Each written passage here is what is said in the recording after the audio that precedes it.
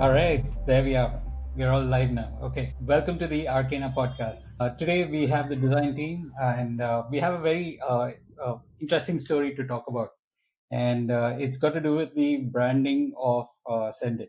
It's SendIt has been an eventful, what do you call it, experience to say the least. And so that's why we wanted to have a session where we talk about what happened behind the scenes and share that story with everybody. And to help me share the story, I have the entire cast of the design crew, and let's just get everybody to introduce themselves. Dan, you want to go first? Hey, sure. Hi everyone. My name is Dayan. I'm the lead experience designer here at Arcana. I currently specialize in creating intuitive designs where we try to engage the users and make sure they're having a seamless experience with our Web3 products where it's a lot more accessible to them and for a larger or wider audience in general. I'm happy to be here and share my journey and our philosophies with you guys. Yeah, very serious introduction from Dan. So let me give you the less serious introduction, which is Dan's taken UX principles to the hilt and applied it to his own name. So internally within the company, he's simply known as D. So it doesn't get simpler than that, right? All right, let's go with Rochelle. Rochelle, you want to go next? Sure. Hi guys, I'm Rochelle. I'm a senior UX designer at Arcana, and I've been working here for almost 2 years now. And during this period, I've worked on quite a few apps, products, and also the website.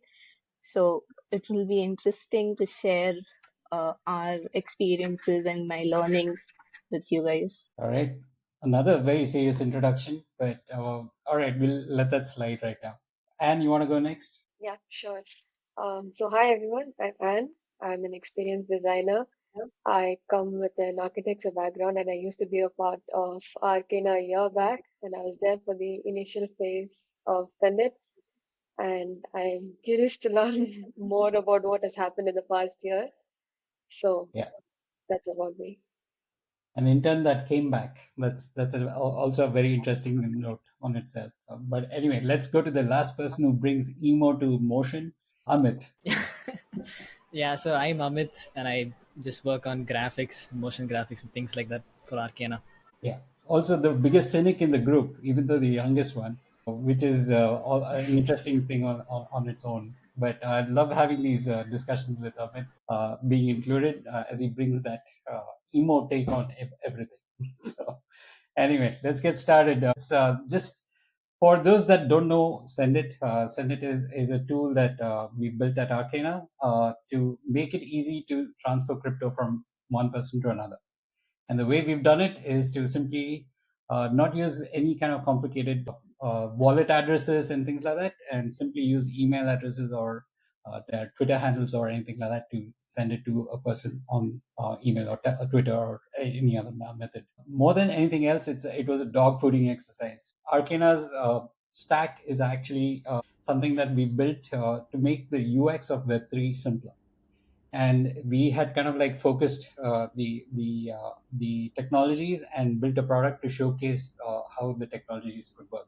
So you sign up to send it, you're simply using your email address or a Google login or anything like that, and in the background a Web3 wallet is actually created for the user.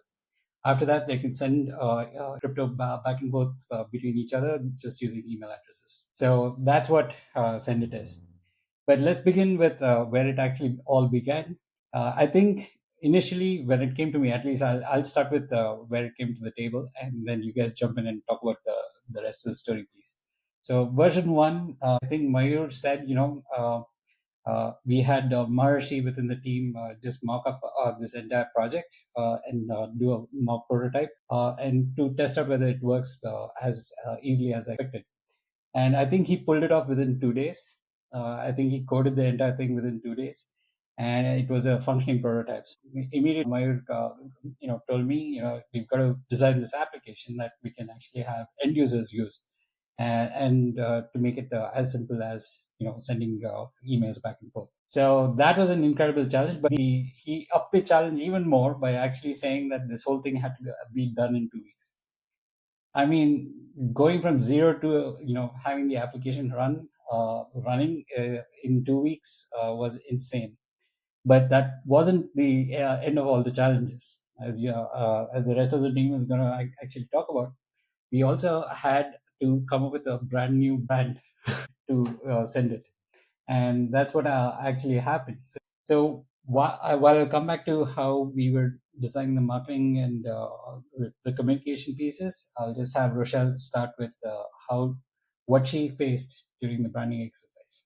Go ahead, Rochelle. Sure. Um, I remember Sharon coming to me and telling me we need this project to be done in 2 weeks. And these are the wireframes that I have created. We need something similar to WeTransfer.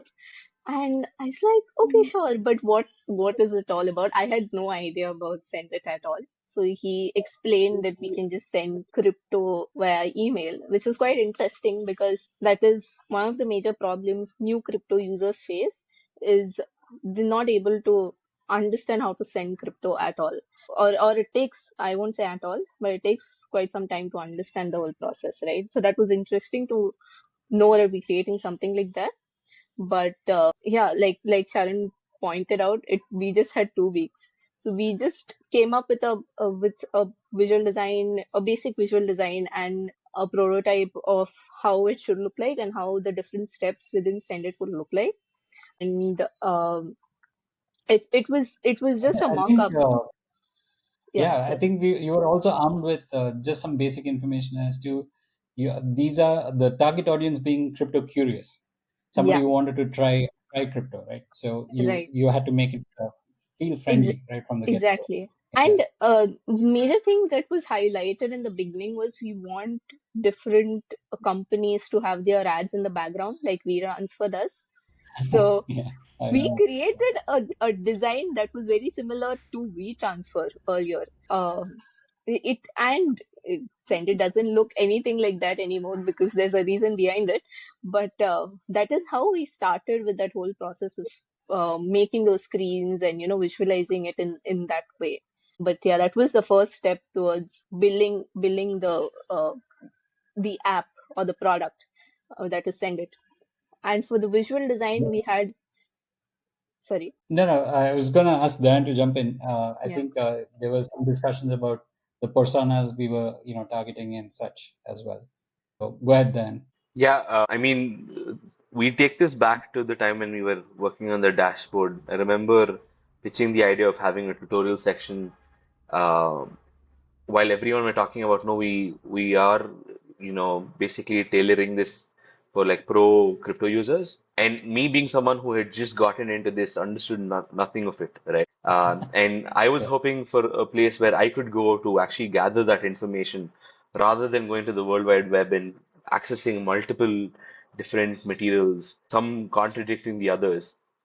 I thought we could make that learning hub a lot more accessible for our users, especially. It kind of like amplified when we brought it to SendIt, because here was something that was a lot more simplified. Who does not know how to like send things via email, for example, right? Yeah. The authentication process was already seamless through our other products. Just gaining access into like SendIt for any Tom, Dick, and Harry was a lot more easier and a lot more quicker and much more secure.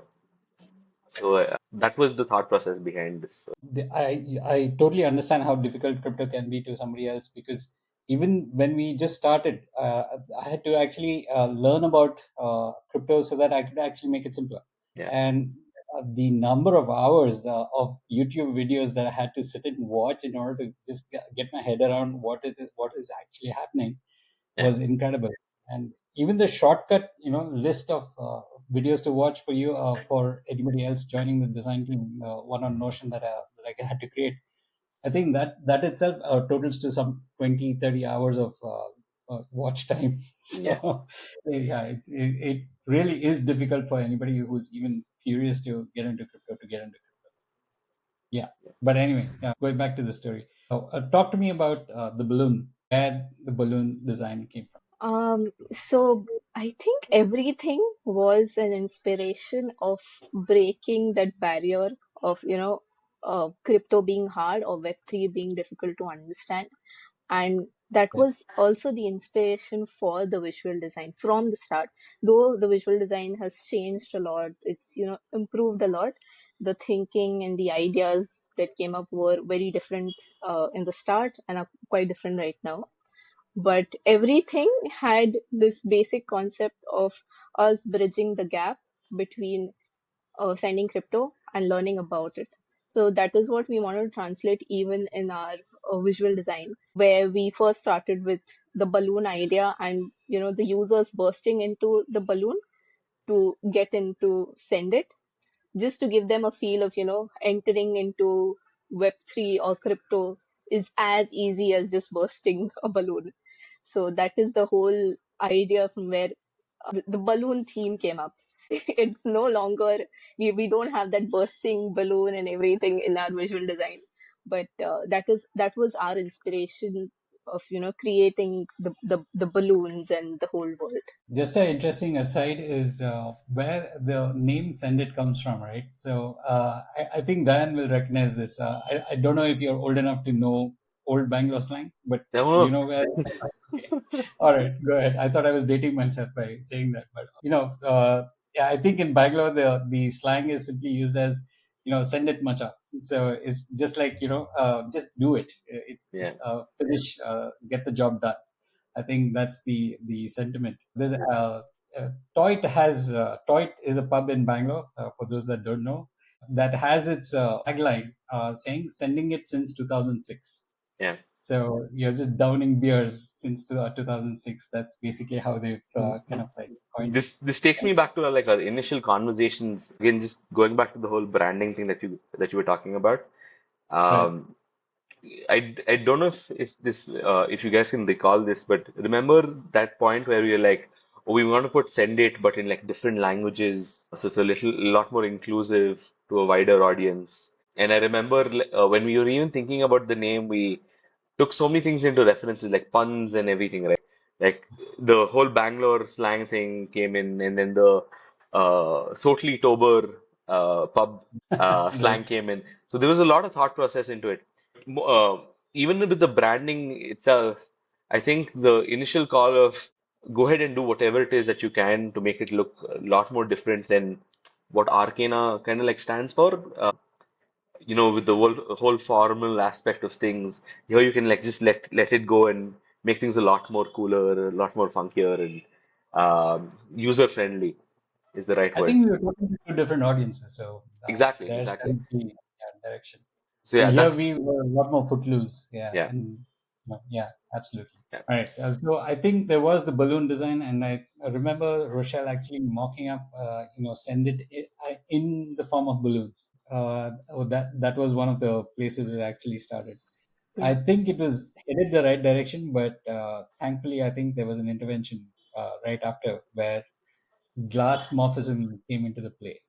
How you combine balloons with glass is still insane to me. How you guys went about doing that, but anyway, talk to me more about that. yeah. No, I mean the whole idea of shattering those barriers. That's where the whole thought process of using glass morphism and including that into our design came in from to begin with. In fact, when we were even trying the other marketing collaterals and everything, all um, our animals, the pets, and those particular 3D renders, the first idea, in fact, it came from once Rochelle made the send it thing in the orange uh, balloon like thing. We had Amit render a few things in like different multiple colors. It ended up looking like a rainbow by the end of the day. So all of these decisions came from that initial conversation that we had of breaking the barriers, right? And shattering those walls down. So I guess that's the inspiration for like glass morphism. I Uh, think we needed these visual metaphors, right? Where we had balloon oh, animals instead of absolutely, absolutely, robot. I think we were also working with robots and all that in the Arcana sphere, yeah, right? For the visual design, it was very very serious and very dark as well. very dark. But Yeah, yeah, so this was trying to be quite the opposite with balloon animals. we've always Uh, tried storyboarding on, I mean, through our products and through our uh, through our website and whatnot, right? It's always been like very story driven. We've tried doing that with SendIt as well. No, I agree with like it was that initial idea of breaking the barriers that, you know, inspired everything else that came after that. Balloon animals and like even those small things, even balloon animals, we didn't thought of those that idea instantly. I remember Diane made some loop, and that is how he came up with an idea. Oh, why don't we, use balloon animals, because you can make balloon with balloon animals with those that one loop of balloon or something. And that is how that idea came up. So it was just us exploring and learning through that whole process of Yeah. building the visual design. Now, I've always said that people see the initial idea that was given, and then the final output which is rendered and it's smooth as hell and slick and all that. But I think very rarely do people understand how many variations we had to go between point A and point B. So that's the insane part of the story. But I think Amit had a very interesting part where when he was rendering, he actually went and clipped the balloons in bits and such in order to make it much more modern, right? Isn't that what you said? So yeah, I mean, if I was giving like the full context, as you said, we went through like so many versions, and Yeah, initially, like the thing is like we're thinking, oh, it has to go fit in with the theme of the balloons and everything. So if we're trying to make it like look like a real balloon, and of course that in it of itself was like a few different like iterations, and like eventually it did look like a balloon, right? And then but the problem was it just didn't. It looked kind of like cheap, right? Just right. like a real like plastic balloon basically, and it just wasn't that appealing to look at. So I guess even at that time, like, I mean, as I said, like you guys call it glass morphism, but it's actually the subsurface scattering. Like that's the 3D Subsurface designer. scattering. Yes, I got to remember Yeah, saying that. Yeah. Okay. Go that's ahead. the Yeah. that's the 3D designer's term anyway. And so I had to like figure out how to like to capture that look with the colors that we had. So I guess it was like also a very popular thing on Dribble and Pinterest at the time as well. So and also just like completely up the saturation, unlike what the Arcana website looked like at the time. And yeah, like, that's kind of how we ended up with the look we ended up, just like trying different things and seeing what feels correct when we look at it, I guess. The giraffe was the first balloon animal that we created, but how did we end up with the snail? All right, the snail. It was uh, for like one of the marketing, like the initial video launches that we were doing for our marketing, where we were Right. like, "Hey guys, here's our new product," and we were trying to create like this whole new we were just trying to create advertisements. Yeah. And that's basically when the whole idea of having conversations between two of these people, one is someone who's not using crypto or someone who's actually using crypto, but like, has 10 different steps to go through before they actually end up sending money. And here's like this stud who's using SendIt and like sends crypto like that. So that's when we It's like came up that. with, Yeah. It's like that Mac and PC guy from the Apple ads. Once upon a time, I think we yeah, we wanted two characters to contrast one versus the other. So the snail was the slow guy, right? yeah. I think those stood as the iconic ones right from the beginning, and I still think that they are the heroes even today. I think that giraffe, it's not going to go away anytime soon, for sure. Yeah. Anyway, so I wanted to talk about the marketing challenges. So I think we had like a week with all these iterations. Amit, you mentioned a number of iterations. Are we talking in the three, four iterations, or how many are we talking now? I mean, I'd have to go and check, but let me see. I just when you mentioned, I just also remember there was like another weird like font we were trying out, of like a 3D font we were trying out as well, that looked Right. like kind of like jelly almost. I guess if we just include all that, I'd probably guess like 20 or something like that. And also, Yeah. like, even after Send It came out as well, we've even since then kept changing things as well. Rosha, what do you think? What do you think the number of iterations and versions were? I'm pretty sure it's over 100, because I remember Amit constantly sending us different balloon types. So the problem with the balloon was not every balloon looked like a balloon. in a certain angle. So Amit had to sit and figure out how to make it look like a balloon and not just some random loop of plastic. So figuring out that lighting and sending those references was also a challenge. And deciding on what color to use so that it doesn't look like a rainbow, like a rainbow, right? So that's where the orange color also came in. So Yeah, I yeah. remember that was a nightmare. I spent so much time making it look like a balloon, and then it was like, okay, we don't need it to look like a balloon anymore. Let's just go with glass. That's Okay. what I was gonna say. We did all these versions, and then we said scrap it.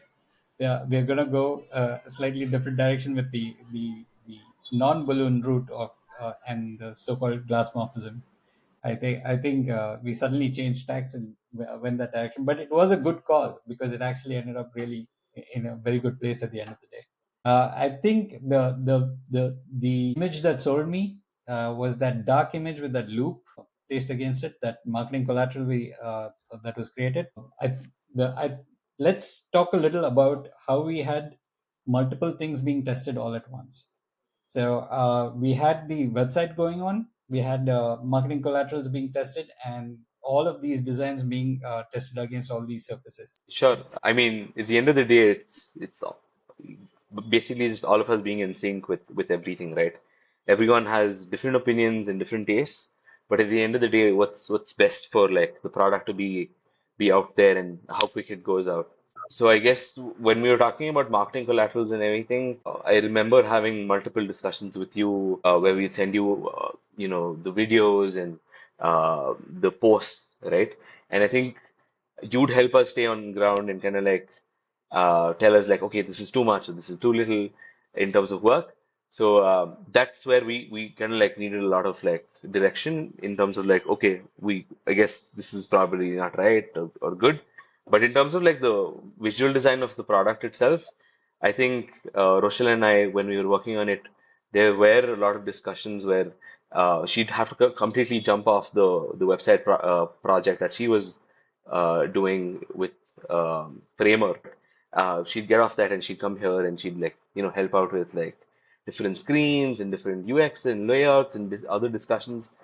So I guess it just comes back to us being all of us being in sync with each other at the end of the day. A big role that I had to play was actually in crafting an idea for what this world was like, so that anybody who's working on the website is somehow still in sync with the person working on the marketing collateral Oh all yeah, the time. absolutely. Yeah, Yeah. So I think the way that I kind of think about this is to kind of define the world. And I think at this particular place, I think we imagined a world where all these balloon animals existed. yeah, And we said, okay, in this world, these are the physics. This is how they'll bounce, and this is how they quickly they'll travel. This is what fast looks like. Blah blah blah. So anyway, so I think the part that we didn't cover is what the color of the sky was. So I think the marketing material that actually went out at that time had a bit of an issue. yeah. Yeah. When we started off, when we were thinking about the entire world and everything, we were like, okay, here's a dark world where this is the thing that's going to bring in light and reform the world, right? So everything had to be monochromatic except for like the SendIt characters because we were bringing in light. And obviously, that later on started having its own issues. It was not very vibrant. The website started looking very monotone.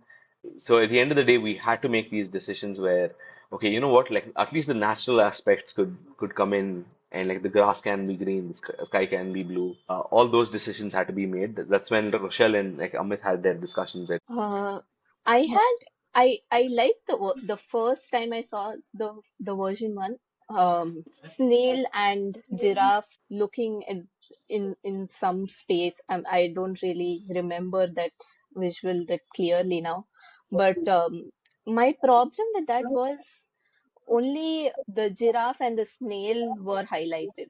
It didn't blend with the background.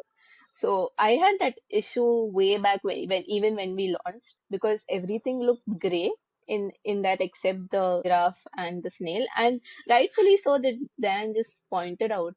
He wanted to highlight how SendIt is making the crypto or the Web3 world more brighter.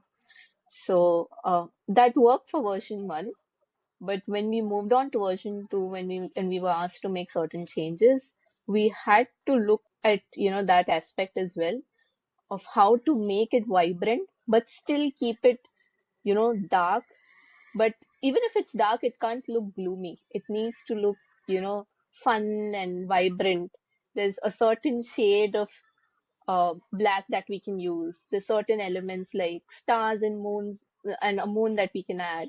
So that is how we made the sky vibrant. And we also made a light sky, a morning sky. And I remember having that discussion with Amit where we had quite some iterations where we are trying an orange sky, pink sky, then ended up with a blue sky.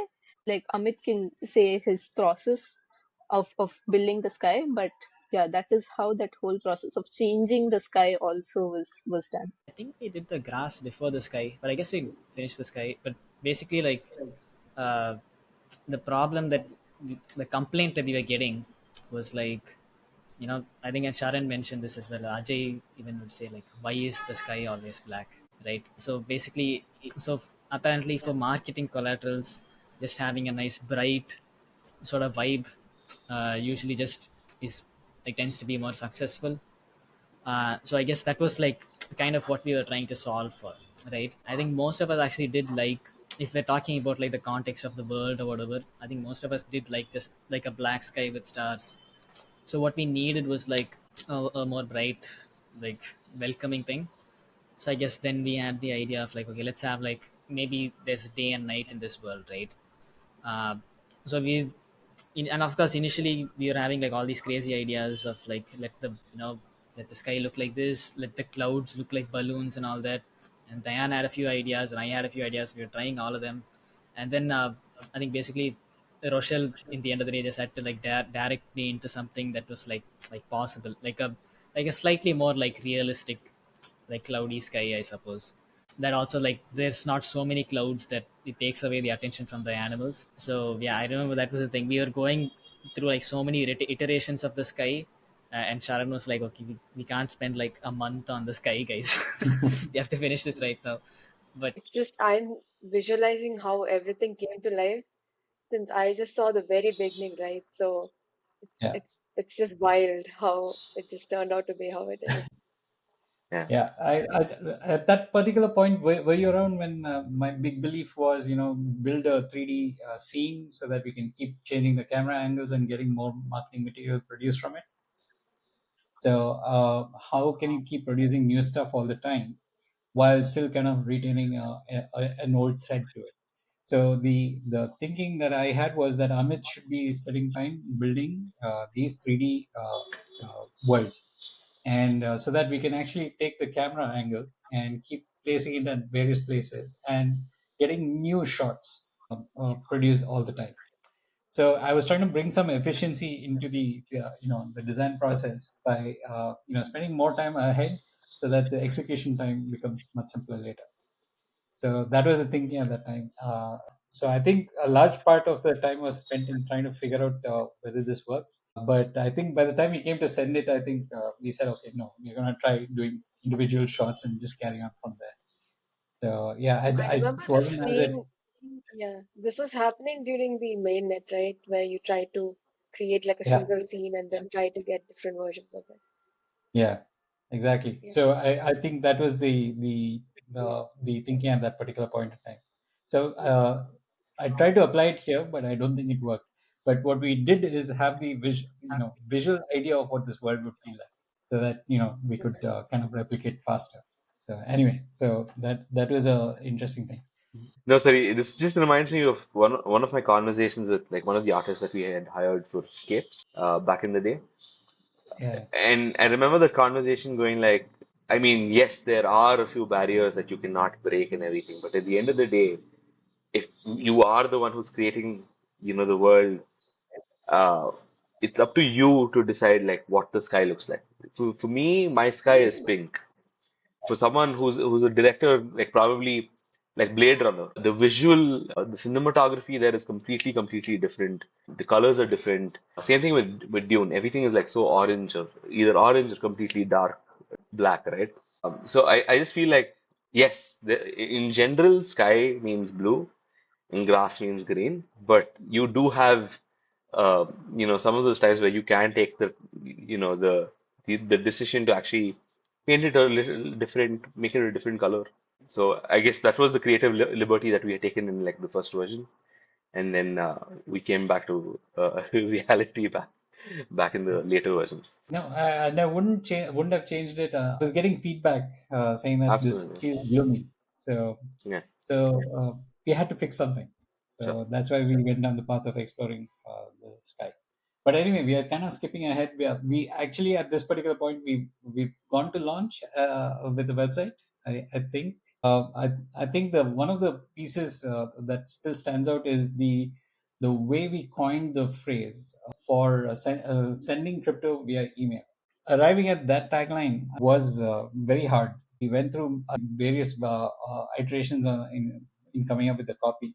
I think there were several discussions with Arvind and Mayur and Ajay, where we kind of try to figure out what is the essence of SendIt. And I think for a long period, we were tossing around the idea of PayPal for crypto. Do you, and just since we are having you on the call, is that something that even resonates with you? Do you understand PayPal for crypto? Would that make sense to you? Okay. So you're not old enough, I think, to understand where PayPal came from. But so PayPal actually started with sending money over email. So I think that was the idea we were trying to write off of. But while we published it in one of the versions of the website, it wasn't something that kind of like stuck.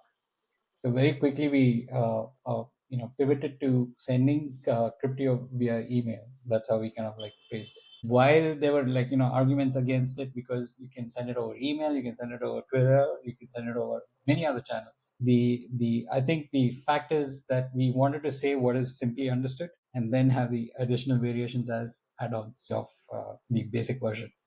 So that's how we kind of went ahead. Communication first, get the point across, and then you can talk about the additional variations. That's kind of That's like a interesting that you use the word email because it's so basic. Because everyone's under the assumption that, to send crypto, you need a wallet. Now, what do people who do not know anything about wallet, what do they do? yeah, Right? And that's the barrier you're trying to break. And yeah, over there, it makes sense to use a very, very basic term to explain. So, there's no thinking about it. It's so easy to understand. yeah. No, absolutely. That was exactly what we were going for, and it was such a challenge to arrive at, which was incredible. But the larger team, kind of pulled, dug in and kind of like figured this out. But in general, the conversation about the tone and the voice of the website itself and the application, if I can say that, was a very long conversation. I remember Yeah, going through different takes on uh, what does this particular breaker say, or what does this button say, or what does yeah, this message, on the application say, right? Or how do we put it across? Because here is Arcana where we had a pretty formal approach, formal tone, but SendIt was completely different. We had to match the tone with the visuals at the end of the day. So, yeah, I I think we should think, talk about it. yeah, we went now just touching upon UX design for the first version.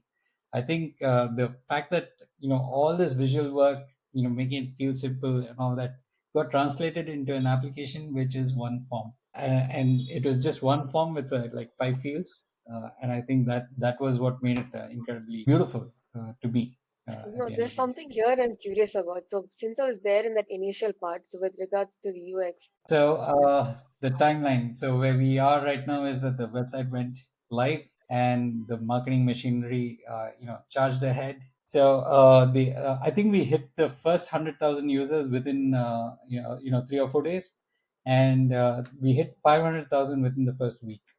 That I think blew everybody's minds.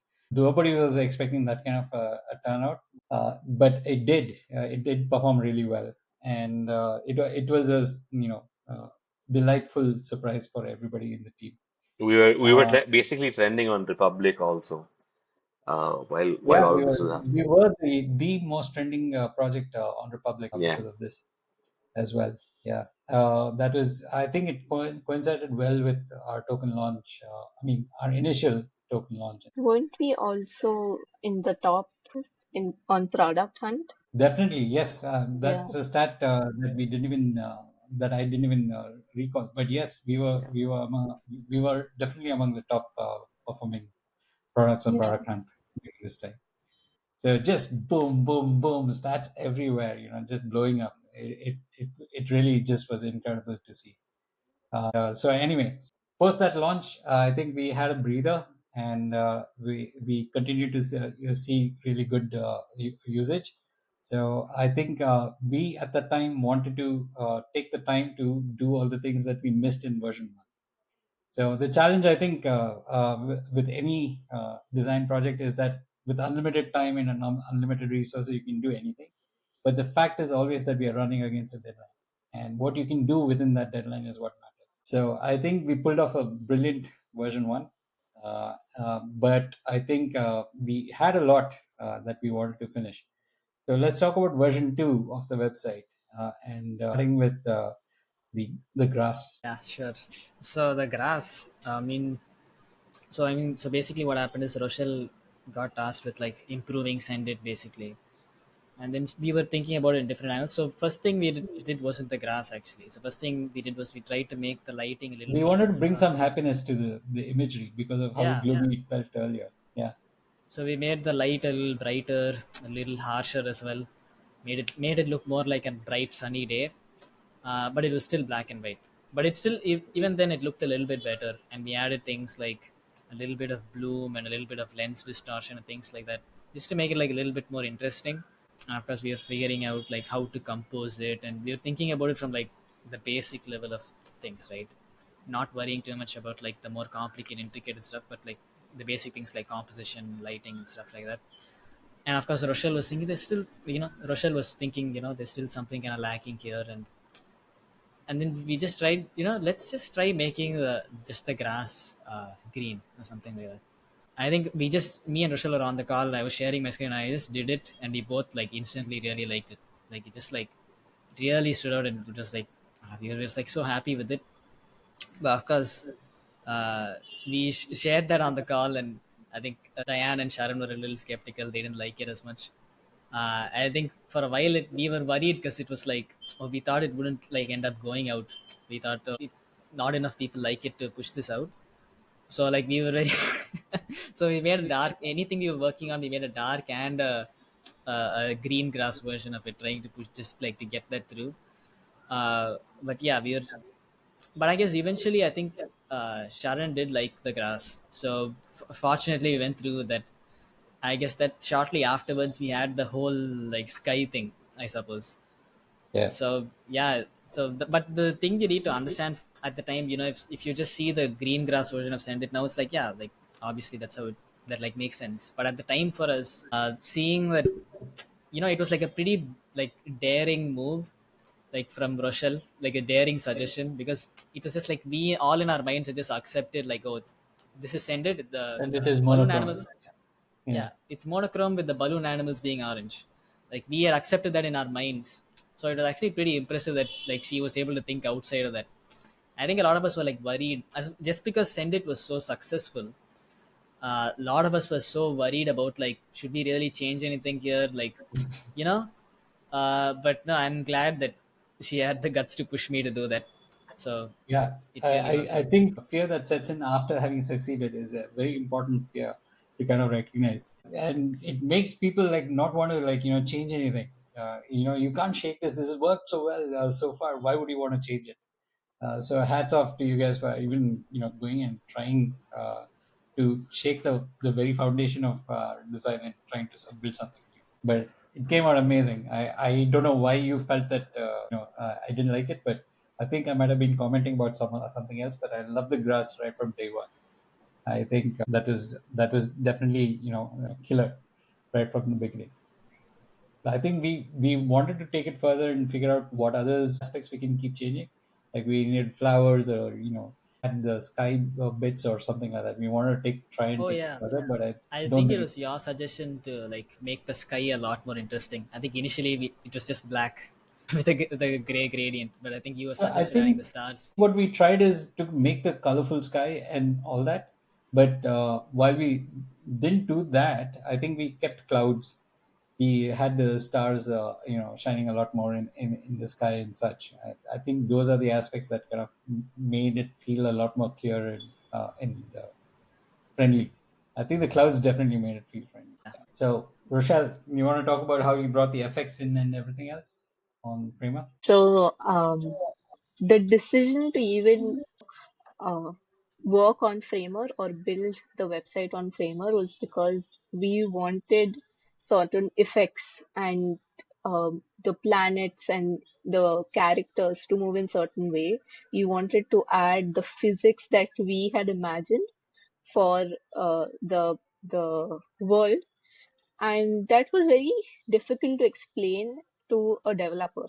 And Framer just became a medium where we can build it, show it to probably the developer, the team, or publish it as it is, or the developer just has a reference of how certain things need to look like.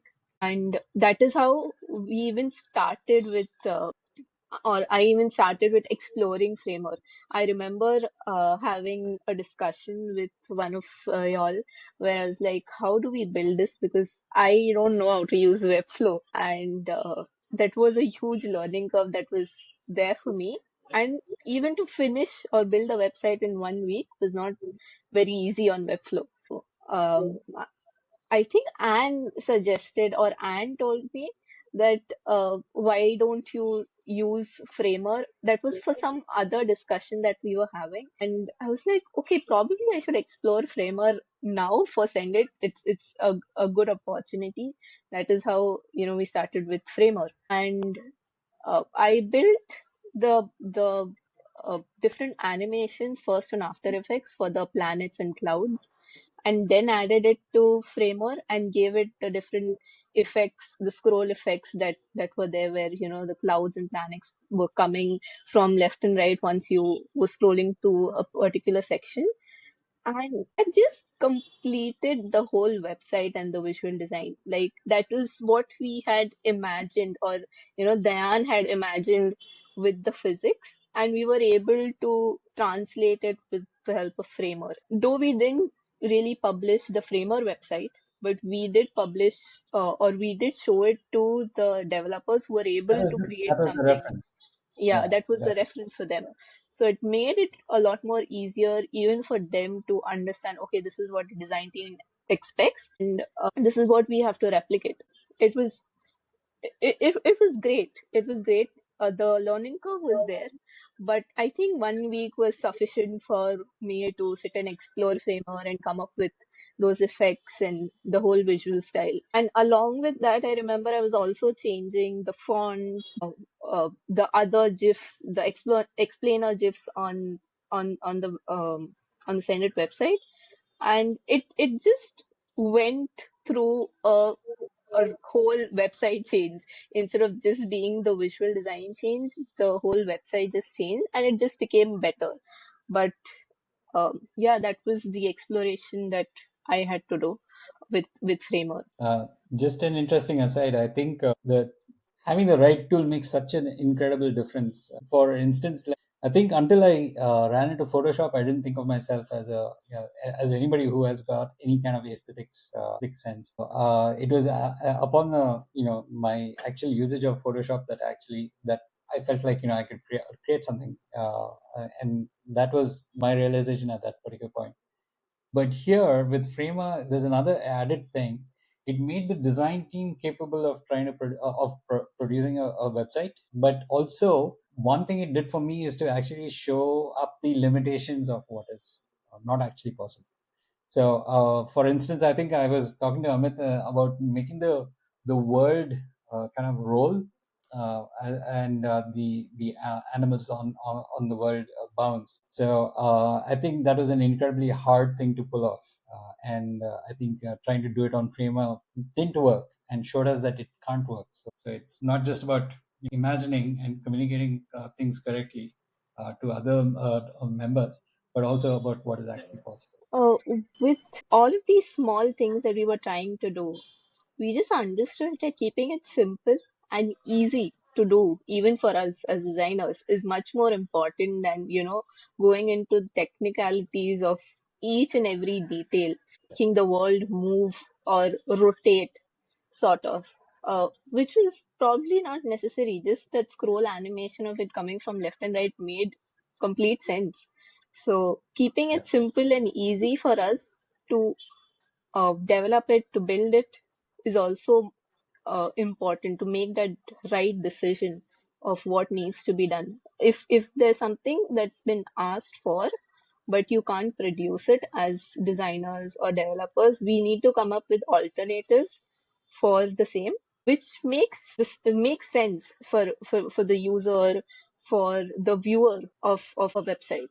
Just to add to what Rochelle said there, so the experience of working on Framer, I didn't work on Framer for the SendIt website, but I worked on it a little bit for I helped out a little bit for the main Arcana website, and just that experience made me, it gave me so much more respect for what developers do. And now, definitely, as Rochelle is saying, I'll definitely think a lot more about, like, the file sizes and like the padding and all those things a lot more now, because I know how difficult it is. Yeah. Yeah. No, you're absolutely right. I think the good thing that Frame allows is for designers to become produce websites. But the bad thing about it is that we are not doing it with the kind of discipline that one needs in order to make a Yeah. website function as optimally. No, but with the constraints that we had with respect to like the deadline and everything, it was so important for us to push out the MVP as soon as possible, right? So I think with the decisions that were made, that oh, we can't get like 100% out of this tool, so let's make it a lot more simpler. For the time being, was perfect. We can definitely now sit and add things to the website, make it look a lot more cooler and like but at that point in time, the decisions that were made, I think, were definitely very commendable. So I think the capping this entire version 2 experience is the fact that I kind of like took the Framer website and showed Mayur, and I think the entire conversation lasted about 7 or 8 minutes, and he said launch it. So it was immediately sold. He was floored with the amount of detail and everything else that went into designing this. And kudos on all that amazing work, by the way. But the sale was incredibly easy, selling the idea to the rest of the team. Yeah. And I think the rest is just a matter of making the logistics happen and make it go live. So let's just talk a little about the Bento Box. I know we've released version 2 and it's out there. And again, we are at that, feeling that fear like everything's working. Why should we change anything? But you guys have gone out and done one more attempt at shaking the ground right from the bottom. Rochelle, you want to talk about the Bento Box? Sure. Again, this was again something that Sharon had uh, asked for, and I was like, okay, how do we make this different now? Because everything works, as Sharon said, right? Everything actually worked with the visual design, with the UI of the app. But I remember Anirudh, yeah, right, Anirudh coming and with a small issue and saying that all the rewards are going below the first scroll. And we couldn't figure out why that was happening. That was probably some alignment issue or some spacing issue that we were facing. But that was an issue. So that was the first thing that came to my mind of, okay, how do we solve this issue? Because that is not good. We need the rewards right next to or right below the transaction detail section, right? So that is to solve that issue. I was like, why don't I use a bento box where we can have everything in just the first scroll? The rewards, the transaction details, everything is just in the first scroll so that it's easier for the user to navigate through these different steps, and it's right there. So that was how the bento box idea was even developed or made. I don't know how much it actually looks like a bento box, but we call it the Bento Box because that was in trend back then. But it was a logical decision that we had to make where, okay, we need to stack these rewards right next to the transaction details. So this is how it's supposed to look like.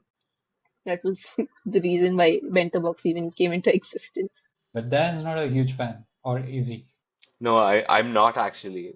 I feel like it all started because companies like Linear, you know, made this beautiful design, and everyone just like got on this bandwagon of like, let's follow this design with zero originality and just trying to be a cheap bootlegger, to be honest, of what someone has done. It's like how everyone's tried doing what Stripe did with their hero image. Everyone wanted to get onto that, right? So I felt like, I mean, if there's purpose, sure, go ahead and do that, right? But if it's like the last resort and you're like nothing's coming to your mind and there are different aspects that can actually affect the production, then okay, fine, do something that's just like trending and whatnot. But I guess like at the end of the day, design has a sense of originality, and I think we all take pride in the kind of work that we do because of the thought process that goes behind it, the research that we do, the decisions that we make, right? So I was not a fan of it, though. You weren't initially a fan of it now, but you like what was produced. Is that a fair statement? Yeah, I mean, because Rochelle produced it, and I have full confidence in the kind of work that she does. That obviously, like, no questions asked, but yeah, just Right. the concept of using a Bento grid to make it Right. look, new and fashionable. I don't think one should ape just for the sake of following trends. I think to a large degree, what I did see is that it actually simplified a lot of the interactions. So I think from that perspective, I am still a fan of the design.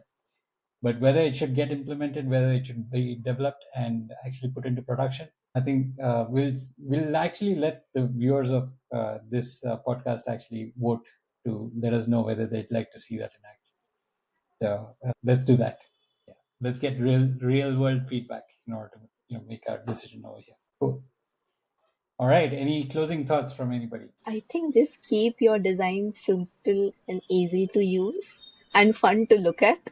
And I think you can develop a great design and also be confident in the things that uh, you make and show it to people because that is important.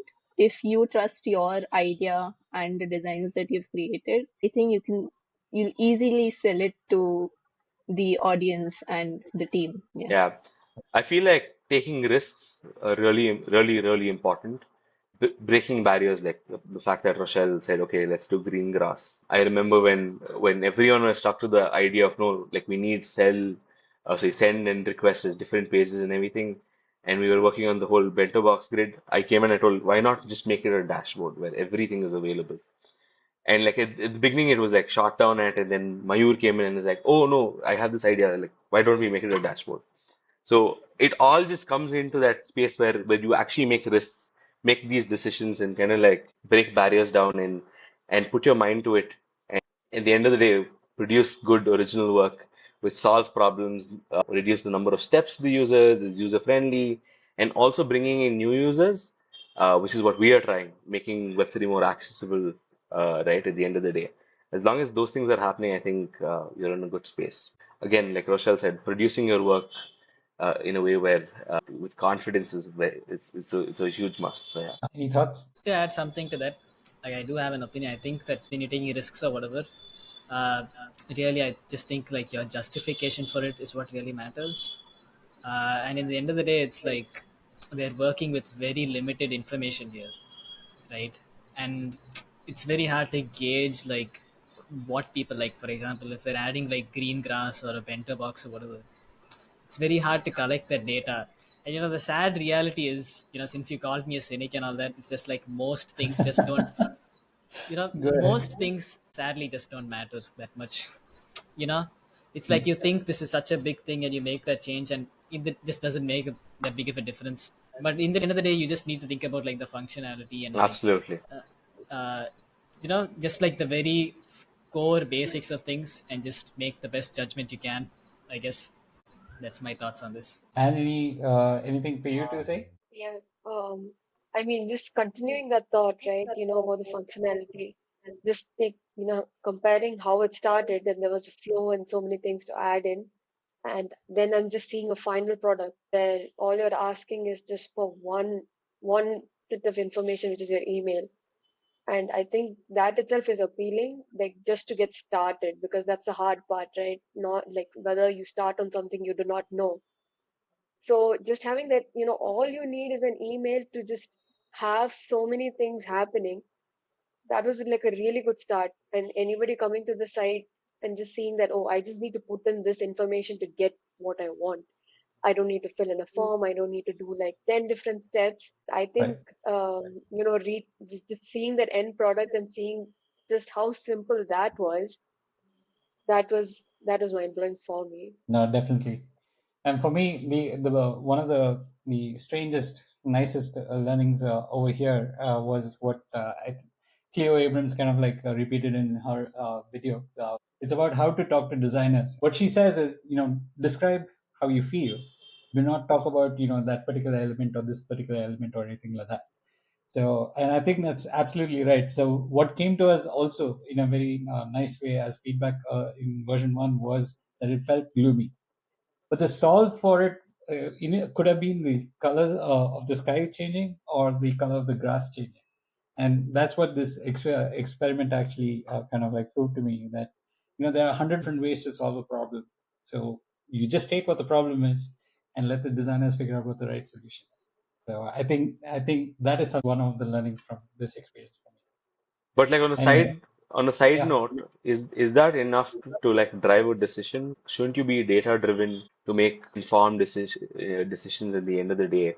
I mean, sure, it's too gloomy is it's probably good enough, but at the end of the day, like you need data to like remember that conversation we had internally, right? Why Yeah. dark mode?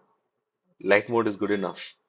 And we were asking for data to prove, okay, dark In mode the other context, yeah, in sure. yeah, right? Yeah. At the end of the day, if you're making decisions based on data that's being produced to you, I think isn't that the right way to go ahead rather than change the color because I don't like the color or it's gloomy. No, absolutely. I don't think opinions matter. I think data matters much more.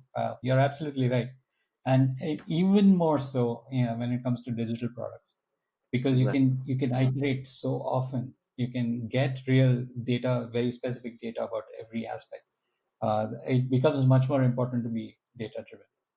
But there are times where data is not going to drive decisions, which is in version one. You don't know, you don't have data. That's where your instincts kick in. And so it also matters that you have the right instincts from previous experiences to kind of like drive your decisions. So anyway, that beautifully put. I think this has been a wonderful conversation, and I think we should do more of these, and hopefully talk about various other aspects of the work that we've been doing. Anyway, thank you all for watching. I'm going to say goodbye. Ciao. Take care.